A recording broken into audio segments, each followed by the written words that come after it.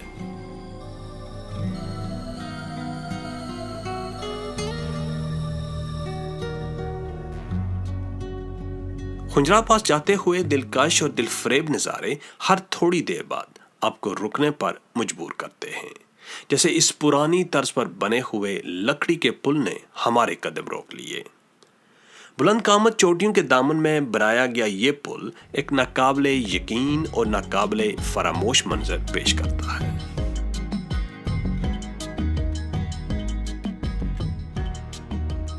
خنزہ سے 80 کلومیٹر کے فاصلے پر سوس نامی ایک قصبہ آتا ہے جو شاہراہ کراکرم پر پاکستان کا آخری قصبہ ہے۔ اس جگہ پر آتے ہی ایسے لگتا ہے کہ آپ ٹرکوں کی کسی وسیع و عریض بستی میں آگئے ہوں۔ یہاں ایک ڈرائی پورٹ بھی ہے جہاں چین سے آنے اور چین کو جانے والے سامان تجارت کو محفوظ رکھا جاتا ہے۔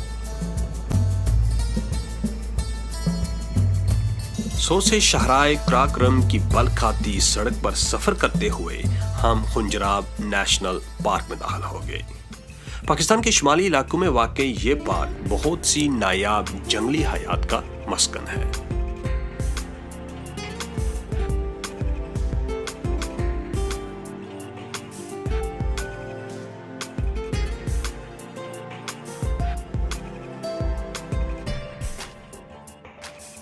سو سے آگے شاہراہ کراکرم دشوار پہاڑوں میں داخل ہو جاتی ہے اور درہ خنجراب تک 80 کلومیٹر کی تقریباً چڑھائی ہے۔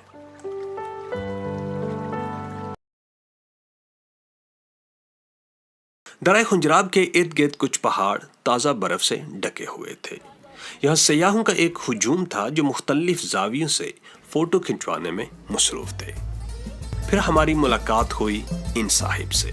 تو یہ جو جانور ہیں ان کا نام کیا ہے؟ ان کا نام سر یاک ہے، اردو میں ان کو خوشگائے کہتے ہیں۔ خوشگائے؟ خوشگائے ان کے یہ جو ہے ٹھنڈے علاقے میں پایا جاتا ہے، خنجراب پاس۔ یہ برف میں خوش رہتے ہیں سرد علاقے میں، اور گرمی میں یہ مر جاتے ہیں، گرمی میں برداشت نہیں کرتے۔ کچھ دیر ہی بعد سخت ترین قسم کے سر درد نے ہمیں آن پکڑا اور ہم نے فوراً خنجراب پاس سے راہ فرار اختیار کی۔ یہاں پہ آکسیجن بہت کم ہے نا سر یہاں پہ۔ اچھا۔ اور جب جس وقت بھی آپ یہاں آئیں گے تو تقریباً سکا خوبانی جو ہے نا وہ ٹھیک رہتا ہے، اچھا تقریباً اس کے لیے ہائٹ کے لیے۔ ٹھیک۔ اور زیادہ اگر کوئی مسئلہ ہو تو فوراً نیچے ڈون پہ جانا چاہیے۔ اور بیماریاں اس نے باہر نکال پھینکی اور ہم دوبارہ سے تر و تازہ ہو کر شاہراہ ریشم کے دل فریب حسن میں غوطۂ زن ہو گئے۔